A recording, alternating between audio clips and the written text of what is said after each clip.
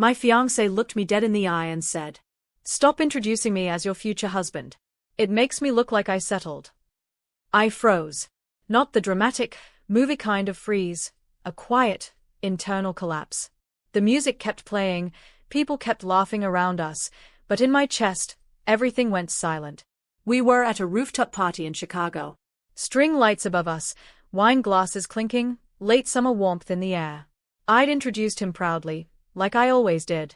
"This is Mark, my future husband." And he leaned in with that perfect smile and stabbed the sentence into my ear. "Good to know." That's all I said back, but those 3 words changed everything. I didn't know it yet, but that moment was the first thread that would eventually unravel our entire engagement. I'm Olivia, 31, event coordinator. I spend my life making other people's happy days flawless.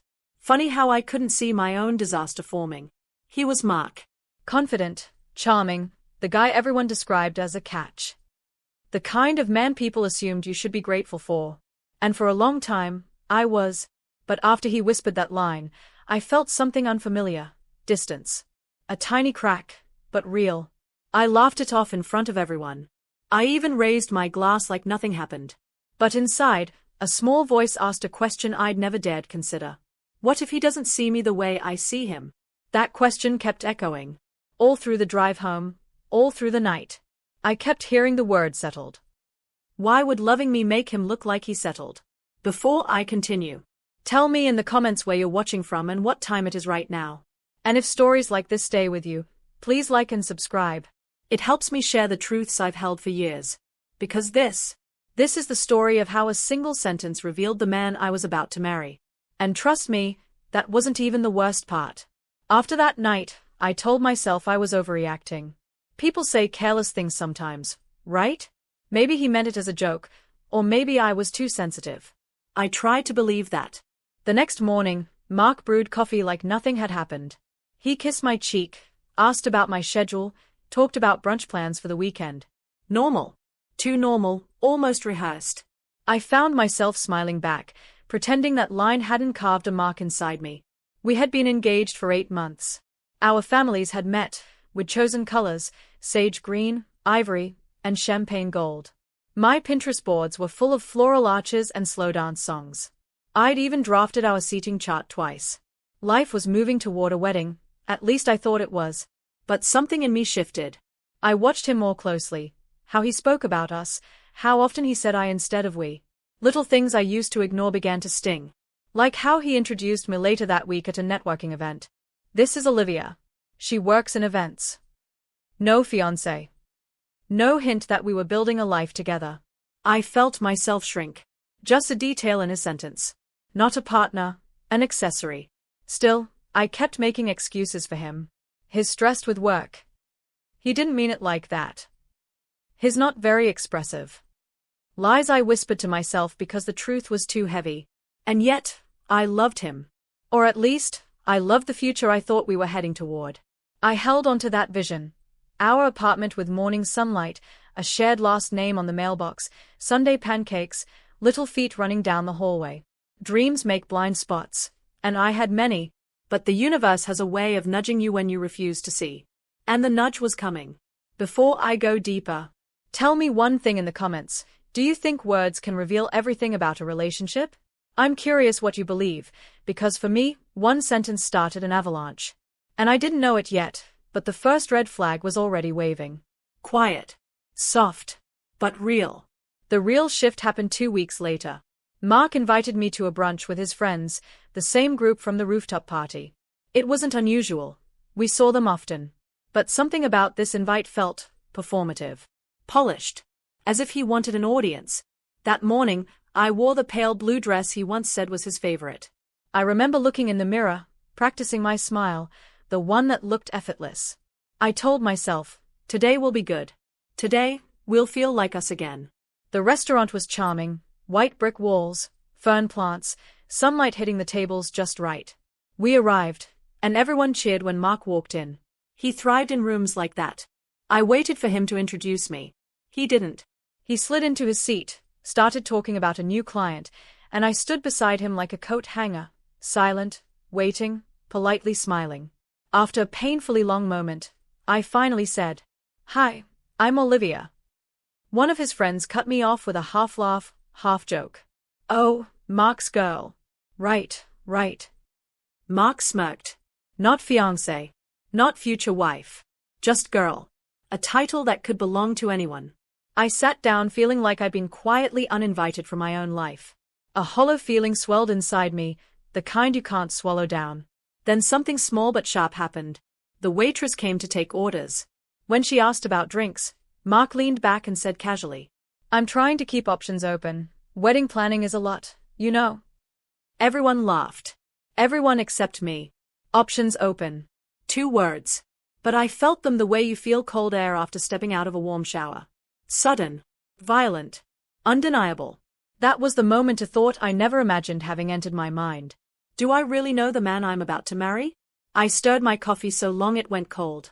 My heart felt louder than the clinking plates around us. I didn't confront him there.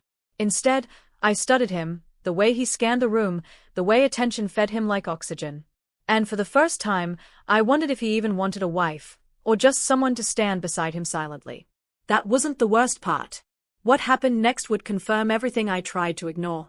I wish I could say I walked away then, but love makes fools of thinking people. Instead of confronting him, I went digging for reassurance. And what you look for, you usually find. It started innocently. That night, after brunch, Mark fell asleep early on the couch. His phone buzzed on the coffee table, once, twice, then again. Not unusual, except his phone was always on Do Not Disturb around me. Always face down.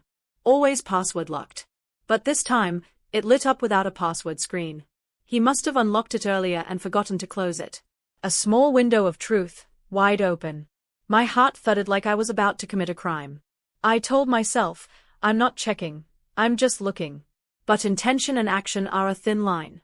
A message preview glowed across the screen. Still thinking about Friday. You looked good today, smiley face. From Clara, the waitress from brunch. My stomach dropped.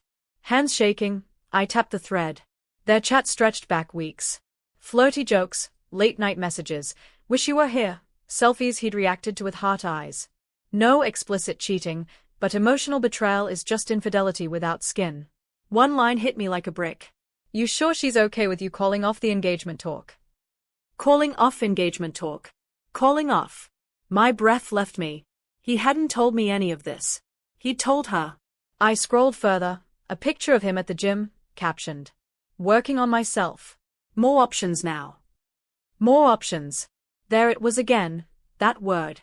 I put his phone down carefully, like placing a bomb back where I found it.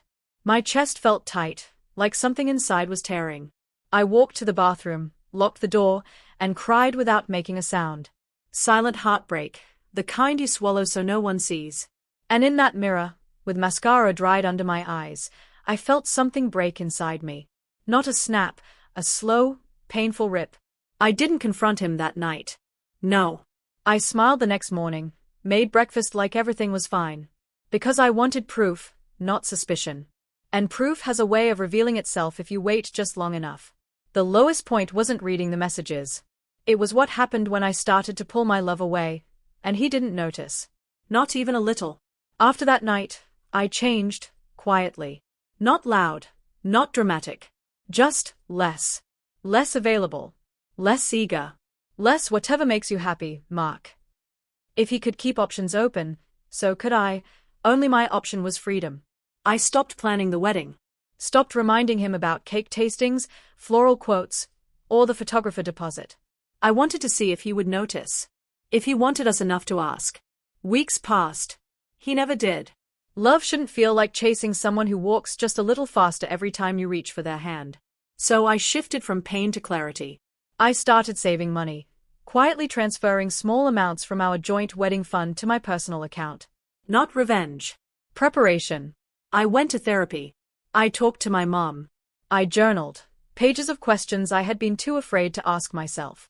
Why am I fighting for someone who isn't fighting for me? When did I stop being a partner and became a placeholder? Every answer pointed toward one truth. I deserved better than being someone's settlement. One evening, he came home late. Smelled like a bar, not alcohol, but the mix of perfume and crowded rooms. His tie loose, shirt slightly wrinkled, smile too wide. Work thing ran long, he said casually. No explanation. No invitation for questions. But I didn't ask. I just looked at him with a calmness he didn't recognize. He noticed. You're quiet, he said. I'm thinking, I replied. Thinking is dangerous when you've been ignoring your own voice for too long. He shrugged and went to shower. No attempt to bridge whatever space had grown between us. And in that moment, standing in our kitchen with the hum of the refrigerator filling the silence, I made a decision. I would not beg to be loved. I would not compete for attention. I would not marry a man who treated my heart like a backup plan. I would wait for the right time, the right moment, to show him exactly who he was losing. Not with screaming. Not with drama. But with truth. And the perfect chance came sooner than I expected. The opportunity arrived on its own, like closure walking toward me, dressed as fate. Mark's family hosted an engagement dinner at a small restaurant. A big one, parents, siblings, close friends. A celebration of us. At least, that's what everyone thought it was. I arrived early. Not with excitement, but with clarity.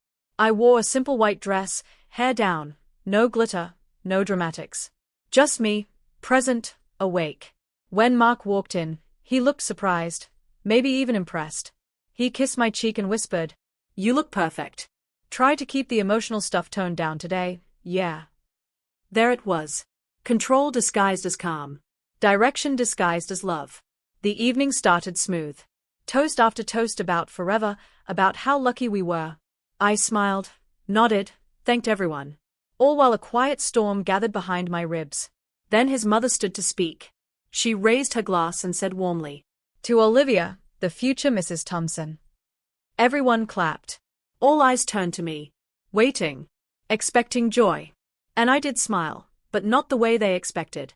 I actually wanted to say something, I began. My voice was steady. Too steady. Even Mark noticed, his jaw tightened slightly. I looked around the table, then at him. For a long time, I believed we were building a future together. I believed we both wanted this marriage. But I recently learned something important. A wedding means nothing if only one person feels lucky to be here. A shift. Silence. Forks paused halfway to lips. Mark frowned. "Olivia, what are you doing?" I continued, calm as water. When someone asks their fiancé to stop calling them a future husband because it makes them look like they settled. That doesn't sound like love. Gasps. Eyes darted. His sister's hand flew to her mouth. And when that same man texts another woman about keeping options open. I set my phone on the table. Screen lit. Messages visible. Clara's name right there, like a confession printed out. Mark's face drained of color. He reached for the phone. I pulled it back. "No more secrets, Mark," I whispered. The table was still. Too still. "You didn't lose me," I said softly. "You let me go." I stood. Chairs scraped. My heart felt light, painfully, beautifully light. I walked out. Not running, leaving. I drove home that night with my phone buzzing nonstop. Calls. Texts. Missed calls. His mother tried. His sister tried. Mark called 11 times. I didn't answer any of them. For the first time in 2 years, the apartment felt like mine again. Not ours. Mine. No waiting for footsteps at the door, no checking my tone, no shrinking to fit inside someone else's comfort. I made tea, sat on the couch in silence, and let myself breathe. It hurt. Of course it hurt. You don't just walk away from dreams without bleeding. But the pain felt truthful, not confusing. Pain with direction is a kind of peace. When Mark finally texted, it was short, shaky. "We should talk." I typed back slowly. "About what?" A pause. Then, "Don't throw this away." But I hadn't thrown anything. He had placed it on the table and walked around it until someone else made him notice it was gone. The next day, he came to the apartment. I let him in. Honesty deserves a final stage. He looked different. Smaller, somehow. "I messed up," he said. The words weren't dramatic. They were tired, like even he finally saw the truth clearly. "What do you want, Mark?" I asked. He swallowed. "Another chance." I dreamed of that plea once. But standing there, I realized something profound. I didn't want to be chosen because he lost his options. I wanted to be chosen because he saw my worth. And he never truly had. I hope you grow from this, I told him. Voice soft, not angry. Just not with me. His eyes glossed. So this is it? Yes, I said. This is it. Simple. Final. Like closing a door gently, not slamming it. He left quietly. No anger, no shouting, just the sound of someone realizing what they took for granted. I spent the next weeks rebuilding. Therapy, work, dinners alone without sadness, buying new bedding not chosen by compromise. Slow mornings with sunlight through the curtains. Peace took time, but it arrived like spring after a long winter. And one day, it hit me. I wasn't heartbroken anymore. I was free. Months passed. Life softened. My heart, once bruised, began to bloom in places I didn't know were empty. I learned to enjoy silence without waiting for messages that never came. I learned to cook dinner without setting aside a portion for someone who wasn't coming home. I learned that healing is not loud, it's a quiet returning to yourself. One afternoon, while cleaning, I found our old wedding binder. Tabs, color swatches, seating plans. Every page once filled with hope. I sat with it for a moment, not crying, remembering. Then I closed it slowly and placed it in the recycling bin, like returning a borrowed dream. Friends kept asking if I was dating again. Not yet, I'd say. I'm dating myself for a while. And honestly, I make a wonderful companion. I traveled. Took a solo weekend to Seattle. Stayed in a tiny Airbnb with fairy lights and tea mugs that didn't match. I walked the pier alone, smiling like I knew a secret. And maybe I did. Healing doesn't mean forgetting. It means no longer wishing the past was different. One evening, while watching the sunset from my balcony, I thought about Mark, not with anger, but with clarity. Some people love the idea of a partner, not the responsibility of loving one. Some want admiration more than intimacy. Some want someone beside them, not someone equal to them. And for a long time, I was willing to be less just to be loved.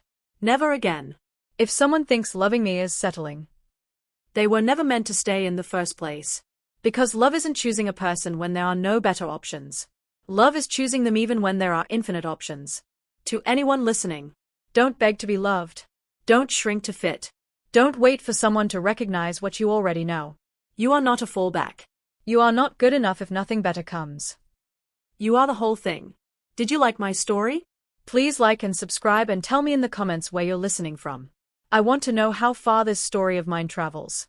Sometimes losing someone is the moment you finally find yourself.